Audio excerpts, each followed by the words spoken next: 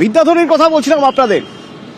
সেই বিদ্যাধরী মালঞ্চ বা বিভিন্ন জায়গায় দেখবেন সেই বিদ্যাধরী নদীর বুক চিরে সেখানে কংক্রিটের জঙ্গল, দোকান তৈরি হচ্ছে, ফ্ল্যাট তৈরি হচ্ছে।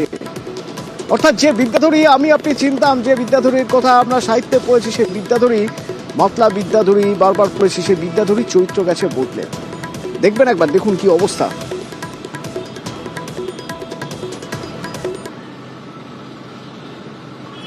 দখল তো হচ্ছে অনেক দিন আগের থেকে হয়ে গেছে দখল।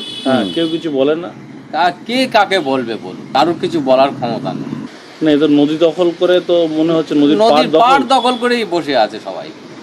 যে নদীর ভিতরে যে দখল করে কেউ করেনি, যা করেছে সব নদীর পাড়ে, সেটা ইরিগেশনের মধ্যেই আছে। ইরিগেশনের মধ্যে কতগুলো বাড়ি রয়েছে? 30 ঘরেরও বেশি আছে। যে মালঞ্চ বা হাড়োয়ায় যদি দেখি আমরা, যে ছবি দেখছি তাতে বিদ্যাধরী তো একেবারে অচেনা, নদীর চরিত্রই যাচ্ছে বদলে। কিভাবে সম্ভব? একদম দেখো, কিছু অসাধু মানুষ বা দখলদারি বাড়ছে বিদ্যাধরীর পাড় দখল, বা একের পর এক কংক্রিটের জঙ্গল এইভাবে যদি চলতে থাকে আর বছর খানিকের মধ্যে বিদ্যাধরী বিপন্ন হয়ে যাবে, অর্থাৎ বিদ্যাধরী মানচিত্র থেকে পুরোপুরি হারিয়ে যাবে। তার কারণ মালঞ্চ, ঘুষিঘাটা একেবারে সুন্দরবন এলাকা থেকে সন্দেশখালী, হিঙ্গলগঞ্জ হয়ে একেবারে হাড়োয়ার বুক চিরে বয়ে যাচ্ছে এই বিদ্যাধরী। কিন্তু দেখা যাচ্ছে হাড়োয়ার মাদারতলা কেন্দ্রা বাজারের কাছে দেখা যাচ্ছে প্রায় একের পর এক কংক্রিটের জঙ্গল, একের পর এক কংক্রিটের বাড়ি তৈরি হচ্ছে সেই এখানে এই বিদ্যাধরীর বুক চিরে। অর্থাৎ একের পর এক সেখানে বড় বড় কলম প্লেয়ার দিয়ে সে বাড়ি তৈরি হচ্ছে, অবৈধভাবে তৈরি হচ্ছে।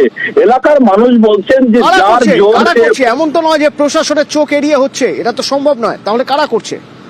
একদম দেখো, এলাকারই কিছু অসাধু মানুষ যারা প্রভাবশালী, এলাকার মানুষ বলছেন প্রভাবশালী কিছু রাজনৈতিক দলের ব্যক্তিরা রয়েছেন, ফলে তাদের ইচ্ছা মতন এই ইচ্ছামতি দখল করছেন এবং ইচ্ছামতি দখল করে সেখানে এই কংক্রিটের বাড়ি তৈরি করছেন। এবং শুধু আজকে নয়, প্রায় বছরের পর বছর হয়ে আসছে। তারা যে কত বড় সর্বনাশ করছেন, তারা শুধু নিজের আখেরটুকু বুঝছেন, কিন্তু তারা জানেন না যে বাস্তুতন্ত্রের কত বড় সর্বনাশ হচ্ছেন।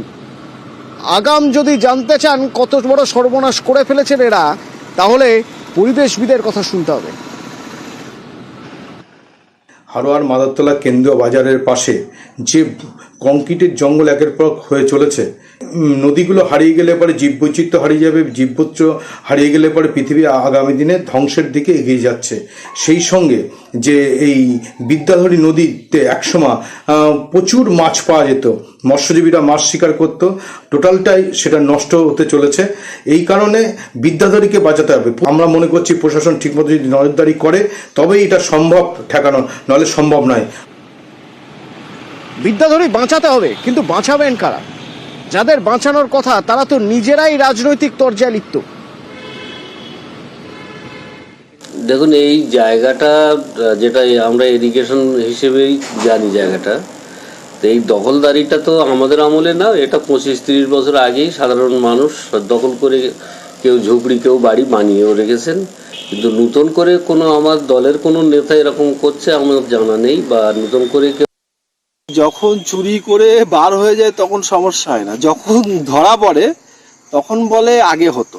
আরে বাম আমল তো খারাপ ছিল বলে এই সরকারকে আনা হচ্ছে, তো সেই জায়গায় দাঁড়িয়ে এই বাম আমল করে যখন কোনো রকম দুর্নীতির দায়ে কেউ অ্যারেস্ট হচ্ছে তখন বলছে এটা আগেও হতো।